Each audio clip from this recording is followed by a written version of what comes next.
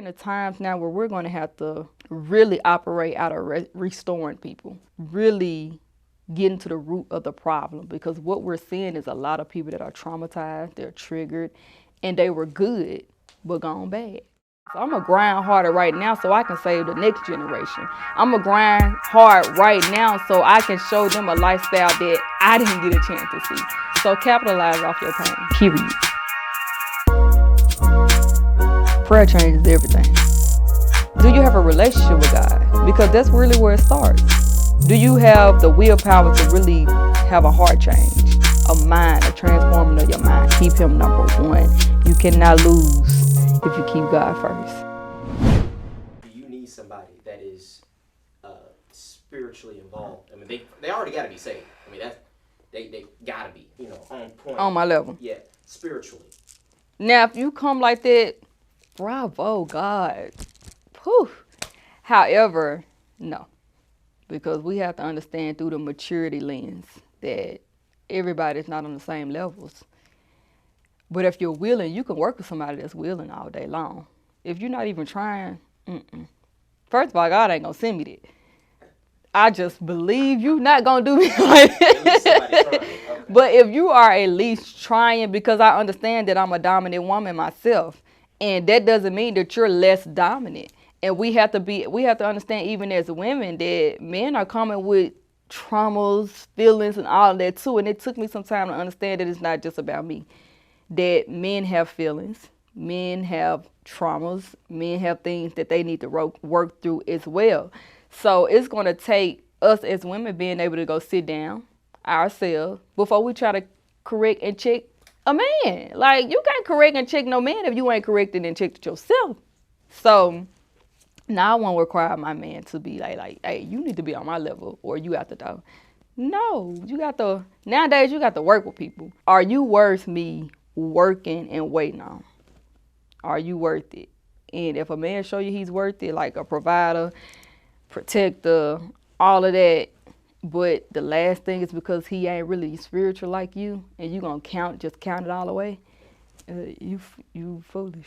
Can he pray for you? Can you cover me? Prayer changes everything. Do you got a relationship with God at the end of the day, even if you don't know scriptures back to back? You might not even go to church every Sunday, Bible study, like I am. I'm church every Sunday, Wednesday. If we got it on Monday, Tuesday, Thursday, Friday, I'm there. You might not have all that, but can you pray? Do you have a relationship with God? Because that's really where it starts. Do you have the willpower to really have a heart change, a mind, a transforming of your mind? If you're willing to do all that, you can work with it. Like, some people out here ain't giving God absolutely nothing. So if you're willing to give God something, I can work with it. I'll give you something. I can use to pay your. You willing to pay your tithes? Yeah. Pay them tithes now. Y'all know I'm gonna tell y'all every video. Pay them tithes. So yeah, like, women, can you pray for me? We go out to eat and I say, can you pray for me? And you be like, nah, you pray. Listen, what? Can I give God nothing? And not that, Lord, I thank you for waking me up in the morning. Really? God, I thank you for keeping me throughout the night. Really? Can you call down the heavens? Can you cover my family? Can you turn to God before you turn to the streets? Just in case we go through bad seasons and stuff like that. Can you seek God for our family? Can you lay hands on me if my head hurt or if X, Y, Z is going on? Like, all that stuff matter, because through prayer, things will begin to fall off. Now, sometimes you ain't going to want to talk. Sometimes it ain't going to take just working things out. But if I got confidence that you going to God about it, God can work it all out. Like, keep God at the focus of everything. Keep Him number one. You cannot lose if you keep God first. But first of all, women, don't be crying that out of men if you ain't got no relationship with God yourself. Come on now, that just ain't gonna work. Speaking of which, do you think women want a real godly man? Like, for real? Do you think that? I can't speak for all women though, cause some women like knuckleheads. But I done been there. I done been there. I don't want to go back to that. So like, I can't speak for all women. Honestly, I can't because I don't know what a woman desires. A lot of women we're seeing today don't have the foundation of faith.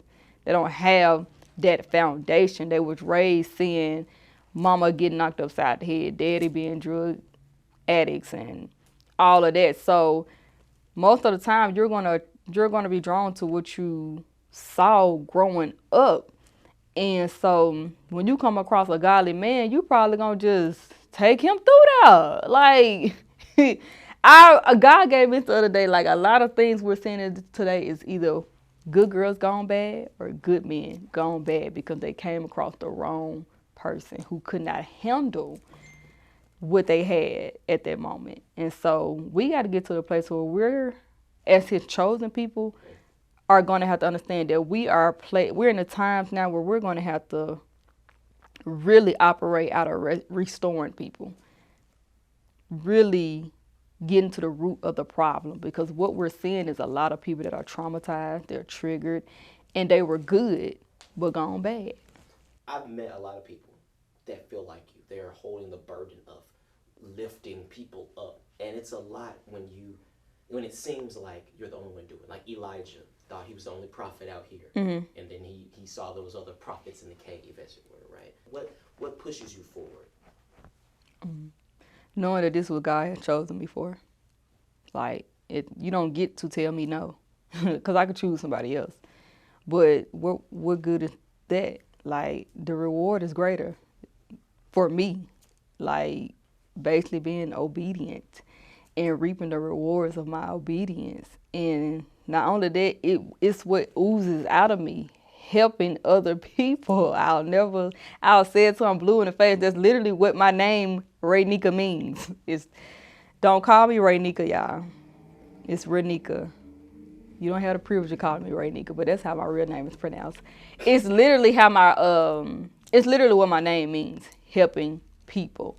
And before I even knew that, it was just something I always had a desire to do, to see people. If you were to ask me when I was a little girl, I would say, I want to travel the whole world, ministering my story, helping people transform their lives and getting saved. That's always been my dream. So for me to be walking in it now, it's like, wow, I really dreamed of this. I really manifested what I want to see myself doing. And sometimes it do seem like I'm the only one that's doing it, but once you accept your call and you get to learning about your calling and understand this is not a option, God chose you, you don't have a choice. And quite frankly, you don't want to tell God no, because God can definitely expire you on up out of here. So, nah, I don't have a choice. It's my mandate and something that I absolutely love doing, evangelizing.